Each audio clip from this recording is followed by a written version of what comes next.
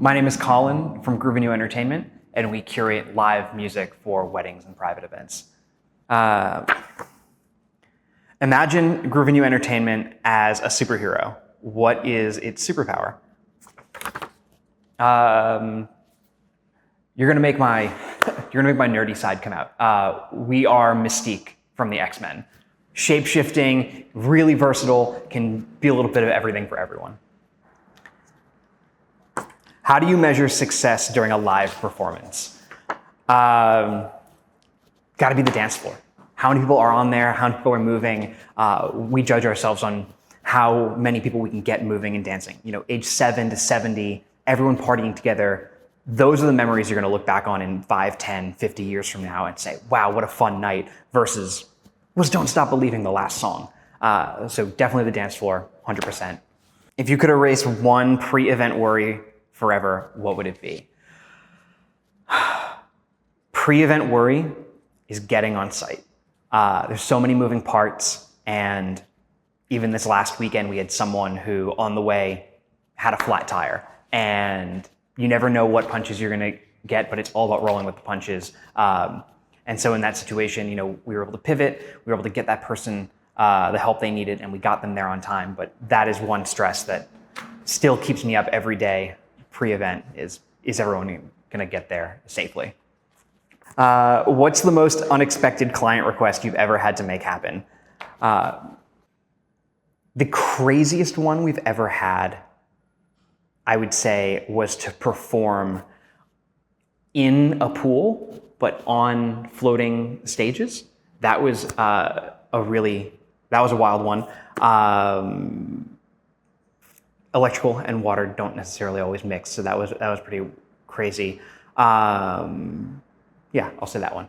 What's the most memorable Plan B situation?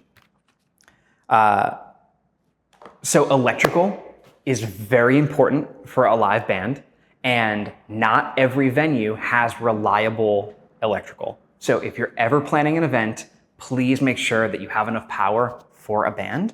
That most memorable Plan B moment was the power went out, and we blew a fuse, and in the middle of the performance, all of the sound was gone. So all you heard was the acoustic instruments, mostly drums, no more vocals, and we pivoted to an acoustic guitar and just the singers, and it was such a magical moment hearing everyone get to sing together for almost like a kumbaya moment, where everyone in the room, you know, was kind of sucked into that part of the performance. And if I could make that happen at every event without blowing power, I would do that. But that was definitely one of those goosebumps moments, you know, for a super unexpected Plan B.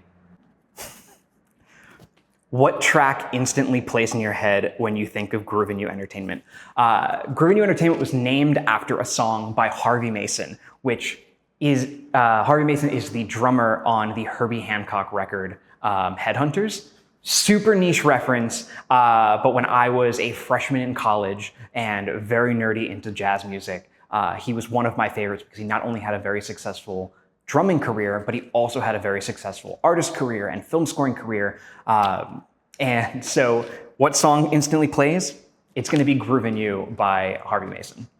And that's a hilarious question. If you could trade places with a guest for one night, which event would you want to experience from their perspective?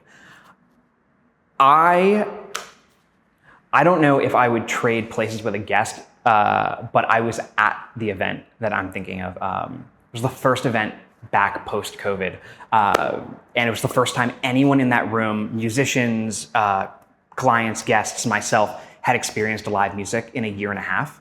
And to see, you know, everyone was super nervous. You know, COVID restrictions were just ending. We got everyone into that room together. And when the dance party kicked off, I'll never forget, it was September, Earth, Wind, and Fire, a classic. And the energy in that room has been unmatched for anything before that point and anything after that point. And so I would trade places with any one of those guests to be able to experience that again in a heartbeat. What's the spark that first set your music journey in motion? My brother was an actor as a kid, you know, nothing crazy, but just community theater. And as the 8 years younger brother, I was always put into the ensemble. And every time I was in the ensemble, I would go to the edge of the stage and look into the pit and watch all the musicians perform. And I was constantly getting yelled at because the ensemble cast would be dancing and singing and getting on or off stage, and I'd be standing at the edge of the stage looking down, watching everyone. And they eventually figured out that the best spot for me was going to be sitting next to the drummer, watching him do all the different things in behind the scenes in the musical. And so that's my kind of first musical memory and kind of what kicked it all off for me musically was all in musical theater. Sweet, spicy, or bubbly? What's the taste of a Groovin You Entertainment night? Every band has their own flavor. So that's one of the best parts about what we do is finding out, what it is that's on the, palette for the evening.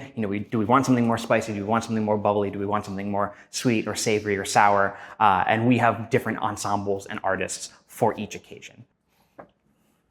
If Groovin You Entertainment were a movie, who would play the lead role? I hope it's not me. I do not like being in front of the camera at all. I am a drummer by trade, but most of my best work is done behind the scenes, in the organization, in the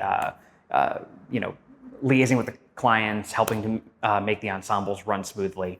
I'm now a details person, and I want to be in the ensemble or even behind the scenes. Where's the most unexpected place Groovin You Entertainment has ever performed?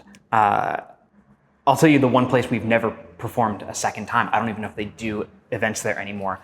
It was the aquarium in Boston. And to get to go see like penguins on our break in between sets, that was just a really special moment. And I've never done an event there since. Unexpected places.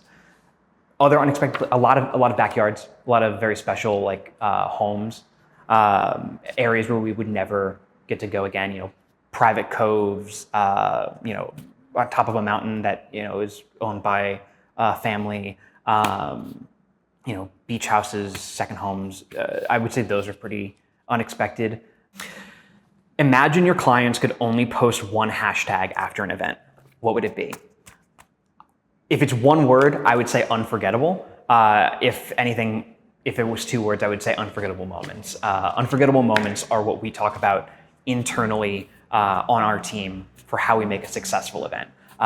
Those unforgettable moments are things that you're looking back at later. They're those goosebumps moments from the music that we're helping to enhance. It could be that tears come into your eyes as someone's walking down the aisle because the strings come in just at the right moment.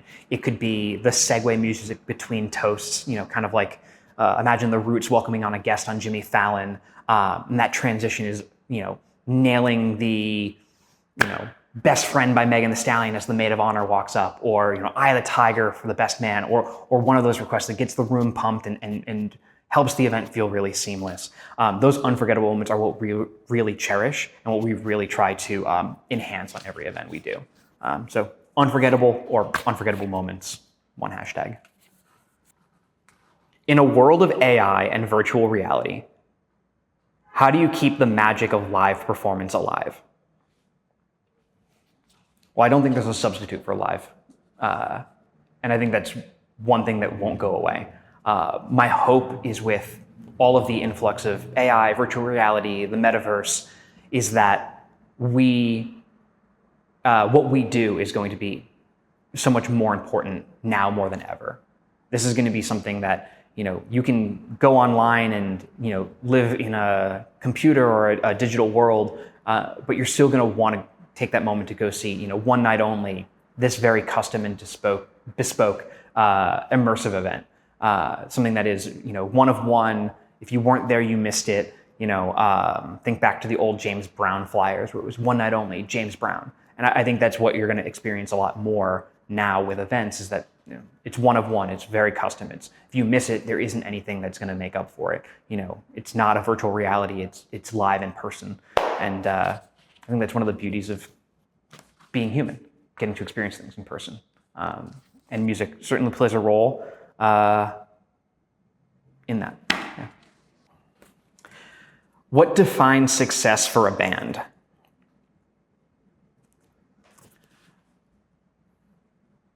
I'm going to say synergy, or maybe some of those other very corporate buzzwords, something like synergy, but when the band all comes together, those performers all lock in, and it really elevates, what they're doing to another level by connection.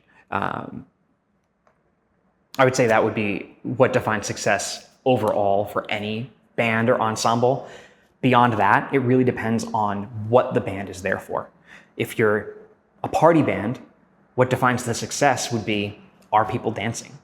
If you're a cocktail band, what defines success? Are people enjoying the background music, right? Are you setting the tone for conversation? Is it classical music, right? What defines success? Well, playing classical music would be a defining factor for a classical ensemble compared to, a 16-piece jazz ensemble. So it really depends musically what the focus is of every band, as to what would define their success based on what they do. But generally, I would say it's that connection point between all of the musicians and working together. Familiar favorites or unexpected deep cuts. If you can have both, I think you got to have both, right? Primarily, it's going to be those favorites. You want everyone in the room knowing the song, being able to sing along. When you have that recognition, you're going to get a lot more participation from the crowd and the audience. But that unexpected B-side, where out of nowhere someone pulls out Grace Kelly by Minka, and everyone knows the words because it's such a classic song, but it's not one of your expected selections. It's something that's definitely a B cut, but part of what makes a set list good is those unexpected choices, right? If you knew what the set was, it'd be, if you knew what the ending of the movie was, would you even want to watch it? I think no. You want that unexpected twist, something that comes out of nowhere that makes that set unique. And those unexpected deep cuts are definitely the ones that are going to make that happen. Perfect rehearsal or perfect improvisation. Well, we have a saying that there's no such thing as perfect. That's part of what makes music and creativity in general magical.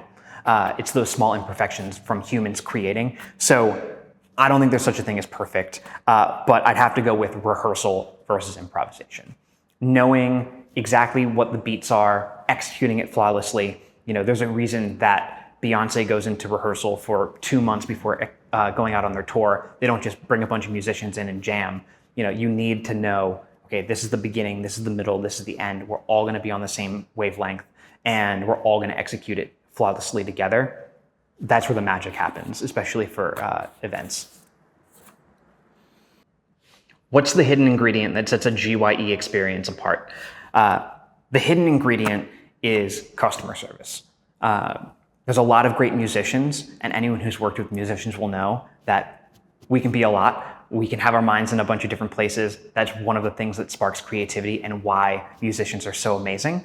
But from our management style, we like to be very hands-on with the details. So everything from walking clients through from beginning, middle, and end, all the way through execution, being there as a resource. It's why we have a dedicated entertainment liaison on every event to make sure that those details are executed flawlessly and that we can be a resource for clients from start to finish. What's one small detail clients may not notice, but makes a big difference? Everyone thinks music only deals with the sense of sound. It's the listening experience.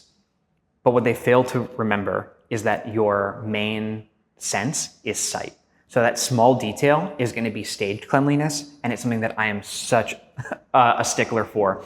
Are your cables neat and tidy, right? Are your cases tucked away, right? I think we've all been to events where your stage setup does not look pristine, and when that is going to be put on Instagram, when that is your first impression walking into a room, you want those details to be as crisp as possible. I equate it to walking in to a room and you don't notice the floor first. You're going to notice the walls, the decor, maybe in a room like this, some of the very intricate molding on the top. You don't really notice the floor, but you notice when the floor is bad, and you don't want to walk into a room and see, oh, there's a hole in the floor. You want to say, oh, you know what? Maybe, 30, an hour, 2 hours in, you say, man, this looks great. Because even if you don't notice it immediately and make that note in your head, wow, this looks amazing, you're going to notice it once you stop looking at the walls, the decor, the flowers in the room, and you start looking at the band and what does the band look like. And so I'd say the smallest detail there would be the actual stage cleanliness and the crispness from the production. How'd I do? Yeah? Okay.